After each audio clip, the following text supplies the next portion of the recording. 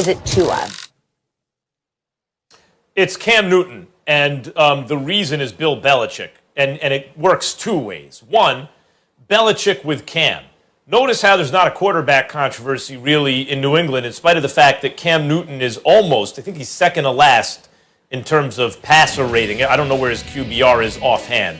But he has thrown, 5 touchdowns through the air, right? Like, he's not a traditional quarterback. And yet Belichick has steadfastly supported Cam since preseason. He is very impressed with Cam's leadership, work ethic, and especially competitiveness. And the kind of loyalty that Belichick shows those kind of players. You think of Belichick as ruthless and heartless, but it's important in terms of the kind of culture in New England that those things are on display, that when a guy leads and competes and works like Cam, that the team sees that the head coach backs him. And by the way, they're one game under 500, in spite of a kind of brutal schedule, and they have a bunch of quality wins, and they're a couple plays from being a couple games over 500. That's one, Stephen A. And the second thing is this, and it again involves Belichick. Belichick's going up against a rookie quarterback.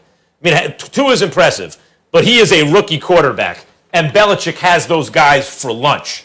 That adds up to me to more faith in Cam Newton this weekend. Well, I can't knock that when you bring Belichick into the equation, because we all know that he does have rookie quarterbacks for lunch, and we get all of that. And I take no pleasure in saying this because I love the guy personally, but I've lost faith in Cam. They can't throw the football. They've got the 26th ranked offense, like the 29th ranked passing attack. Cam Newton is not an accurate thrower of the football. And yeah, he's completing 66% of his passes. We give him credit for that. He's got 5 touchdowns and 10 interceptions on the season. These are just not impressive numbers. I've watched him throw the football. I'm not impressed with it. And when that's going up against the number 2 ranked defense in the entire NFL, led by a guy who's a disciple, essentially, of Bill Belichick, I think that the same thing that you could say about Bill Belichick, even though I'm not taking, in this particular case, I'm not taking history into consideration. I'm just taking their positions and their acumen. The same thing that you could say about Bill Belichick and how he could have somebody for lunch. Well, if you're Brian Flores and you're from that Bill Belichick tree and you see what Cam Newton is doing combined with what you know Bill Belichick and Josh McDaniel like to do, imagine how that could end up working out for you. I just see this as being a bad afternoon for Cam in terms of throwing the football. This defense for Miami is real. I don't think they can be underestimated. And the fact that they're going up against a relatively inaccurate passer in Cam Newton, I think it spells trouble for Cam Newton. My faith would be in Tua by default. The Dolphins have gotten better and better as the season's gone on, that's true. But I'm looking at Cam's numbers from their first game, where the Patriots beat them by 2 scores, and he didn't throw any touchdowns in that game. He also didn't have any interceptions, threw for 155 yards, completed 15 of 19. That kind of performance can beat this team, as it did originally. Of course, there was a different guy under center at the time. Nevertheless, Justin Herbert, I just got through raving about, and they got talent on the team, and in spite of Anthony Lynn's coaching problems. Stephen A., Belichick took Herbert and that team and beat him 45-0. And I like Tua a lot. He ain't Justin Herbert. And also, it should be noted that the Patriots do not play well historically against the Dolphins when they're away. Their 9-11 road record is the worst against any of their opponents since the year 2000. All right, guys, we're going to wrap it up there. We have some college football to talk about. It is... All right, we'll see about that. You've called a couple other things on this show. We'll see if you're right about that one, too. Guys, we're going to talk some college football coming up here. It is championship weekend, and guess who's joining us? We've got our good friend Tim Tebow to break down college football's championship games. Don't miss his prediction for the nation's Final Four. Also, Tom Brady says his relationship with Bruce Arians is great. But Stephen A. will tell you why pull off this upset. I think they do. I'm going to call the Giants upset. And I think part of it is because Colt McCoy is going to play.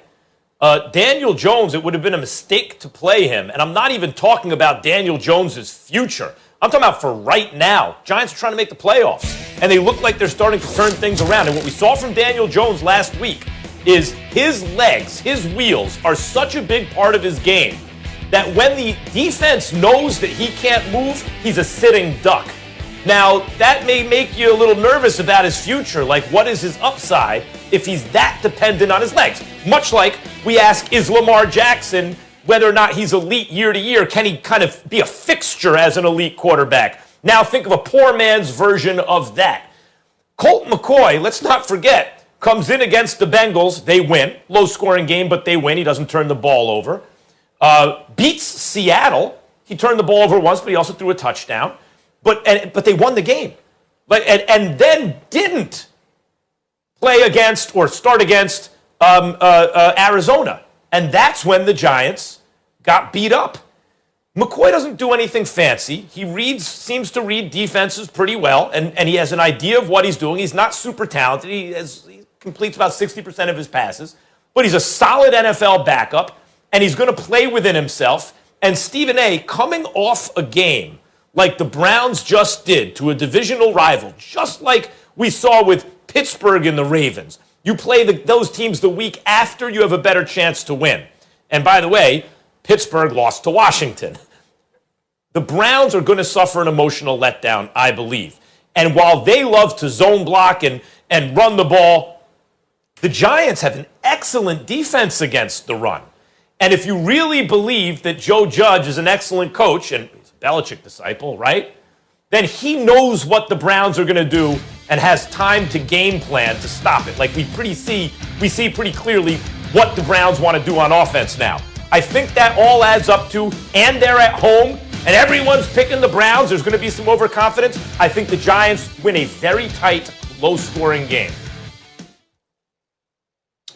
I disagree. I think you're being a homer. I think you're getting caught up in the emotional source of it all. Whether it's Daniel Jones or Colt McCoy or whomever, they're not winning this game because they can't score. Their defense is improved. I think Joe Judge has proven to be a quality coach. I'm very fond of the job that he has done, and he deserves to be commended for it. They won 4 straight coming into last week's game before they lost to Arizona. But I think you're forgetting about the Browns. The Browns haven't clinched anything yet. They're 9-4.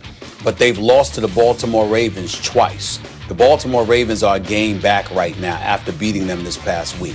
They can't afford to lose these games. You got the Giants and the Jets coming up in back-to-back weeks. The Browns better not lose this game. They better not have an emotional drop-off, at least not over the next 2 weeks. They better get to 11 wins because with the Ravens breathing down their backs, having beaten them twice this year, obviously that means they'd get a tiebreaker. The Browns can find themselves on the outside looking in. I think they're aware of it. I think they know it. I think the way that the offense has been clicking, the way that Baker Mayfield has looked, the way that Kareem Hunt and Nick Chubb have ran the football, the way that he's connected with Jarvis Landry, et cetera, et cetera. I just think that there's too much going for the Browns right now. It's an acceptable loss to lose to a division rival like the Baltimore Ravens if indeed you're trying to show that a culture change has indeed taken place. It's another thing entirely to lose to the 5-7 New York Giants. That still has a quarterback that's trying to develop and what have you. There is no excuse for that. I think the Browns know it, and I think they will rise to the occasion and handle their business the way that they're supposed to this coming weekend against a Giants offense that's ranked 31st in points scored, 31st in yards accumulated, 30th with their passing attack as well. Even though Wayne Gallman has run the football effectively, the bottom line is they can't really throw the football, even with Sterling Shepard, with Golden Tate, with Eric Ebron and these boys. Evan Ingram, and these boys. I just don't see it happening against this Browns team right now. I think the Browns win this game. Well, first of all, the Browns do have 9 wins, Stephen A., and we both agree, right? We can say ahead of time they're going to beat the Jets, so they have 10 wins.